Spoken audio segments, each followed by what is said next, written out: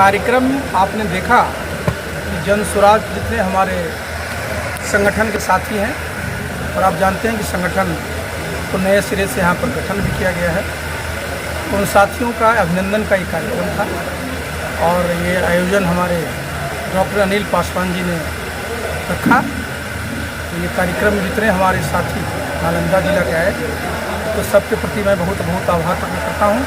और मुझे बहुत अच्छा लगा जितने भी वक्ता अपनी बातों को यहाँ रखें, पूरी स्पष्टता के साथ बात रखें और आगे क्या करना है उनके सबके दिमाग में बातें क्लियर। उद्देश्य क्या रहा है? उद्देश्य ये है कि देखिए अब 2025 का चुनाव सामने है और नालंदा जिला में 7 विधानसभा क्षेत्र और नालंदा मुख्यमंत्री जी का गृह जिला भी है और मेरा भी एक गृह जिला है।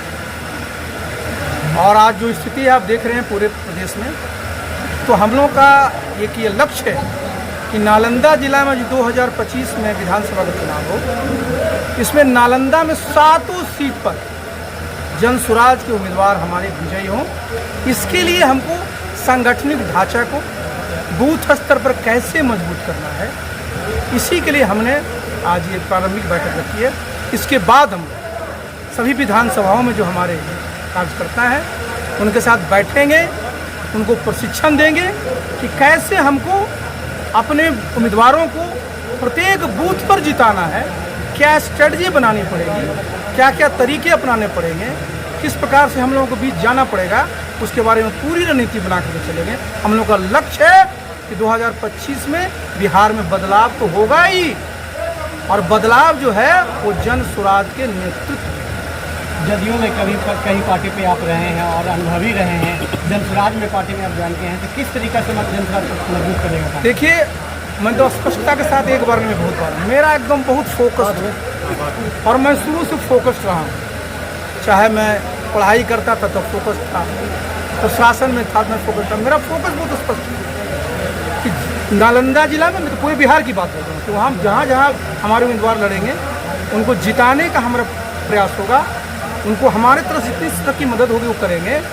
जिस प्रकार से उनको जो स्ट्रेटजी होगी ज़मीन पर उसको लागू करने का संगठन की जो जिम्मेवारी होगी उसको हम करेंगे। और नालंदा में तो खास क्योंकि नाला आप जरा देख लीजिए कि जेडीयू पूरे, अगर देखिएगा 2020 के चुनाव में शाहाबाद में कोई सीट नहीं जीत पाई, मगध में कोई सीट नहीं जीत पाई, सिर्फ नालंदा में वो सीट जीत पाई 5। तो भाई हमारा तो फोकस है कि भाई जब मुख्यमंत्री जी हम सब उनके साथ हैं, उनका हम लोग सम्मान करते हैं, लेकिन हर एक की शारीरिक और मानसिक स्थिति होती है, आप सब इससे अवगत हैं, उस पर बार बार कहने की आवश्यकता नहीं। तो आज जेडीयू जो है ना, जेडीयू का भविष्य है ही नहीं। तो हम लोग सब जेडीयू में रहे, हम भी रहे, प्रशांत जी भी रहे, ज़्यादातर साथी हमारे रहे। तो हम लोगों का ये बिल्कुल समझिए एजेंडा क्या, हम लोग का ये लक्ष्य है कि जो हमारे जेडीयू के साथी, आप जरा याद करिए, जब मैं राष्ट्रीय अध्यक्ष था तो 2 लाख हमारे एक्टिव मेंबर थे, मतलब 50 लाख। तो 50 लाख में अगर आप समझ लीजिए कि 20-22 लाख भी अगर आदमी हमारे एक्टिव थे, तो आज कितने जनता दल के साथी एक्टिव हैं। तो हमारा क्या लक्ष्य है, हमारे जितने साथी जनता दल के सबसे मैं अनुरोध कर रहा हूँ कि आप भी नीतीश बाबू के साथ काम किए, मैं भी नीतीश बाबू के साथ काम किया, प्रशांत जी भी काम किए। अब समय आ गया है कि नीतीश बाबू के हाथ में है नहीं, और उनको जिस तरह से लोग उनको घेर रखे हैं वो उनके हाथ में क्या जनता दल सुरक्षित है? तो ये जितने भी साथी हैं जनता दल के, उन सबसे मैं अनुरोध कई बार कर चुका हूँ, प्रशांत जी भी कर रहे हैं कि सब लोग, आपका ये घर है, जन स्वराज आपका घर है, यहाँ आइए और हम लोग मजबूती से 2025 में चुनाव लड़ेंगे तो आपकी सरकार बनेगी। और जो आपकी सोच है कि नीतीश बाबू का विरासत कौन आगे ले जाएगा, तो नीतीश बाबू का विरासत जन स्वराज ही ले। आप खुद मजबूत स्तंभ है, नीतीश जी को 2 बार नहीं 4 बार मुख्यमंत्री बनाया था, क्या बात है कि आप अपनी पार्टी को विलय कर दिया जन स्वराज में? देखिए, आपने बड़ी अच्छी बात की, जन स्वराज के संस्थापक प्रशांत जी, आप सबकी आवाज़ राष्ट्रीय पार्टी का, मैं राष्ट्रीय अध्यक्ष, हम तो दोनों नीतीश बाबू के साथ कारण। अरे आइए ना, हम दोनों अक्टूबर में पार्टी बना करके अपना अपना काम कर रहे थे। लेकिन देखिए, सबसे ज़रूरी क्या होता है कि राजनीति में आपको जो ज़मीनी हकीकत है, आपका जो लक्ष्य है, जो राजनीतिक स्थिति है, उसको मद्देनजर रखना। देखिए, हम दोनों का क्या लक्ष्य है कि भाई जो जनता दल यू है अब जो ढलान पर है तो उसको समेटना है।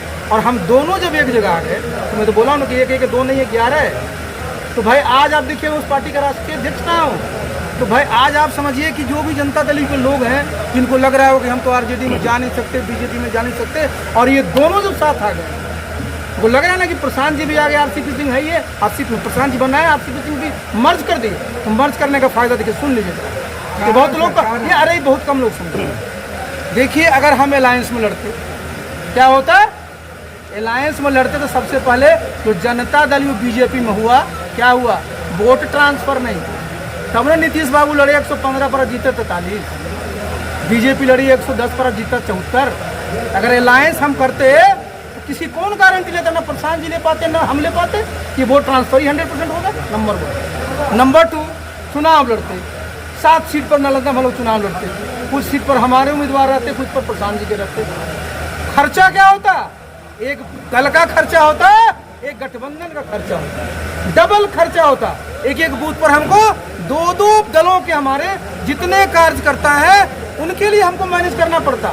आज क्या है, जब हमारा एक है तो हमारा बहुत लक्ष्य साफ है, हमारा संगठन मजबूत है, हमारा खर्च भी बचेगा, और क्या होगा कि हम सबकी जो ताकत है जमीन पर दिख रही है और लोगों को भय हो गया है। धन्यवाद।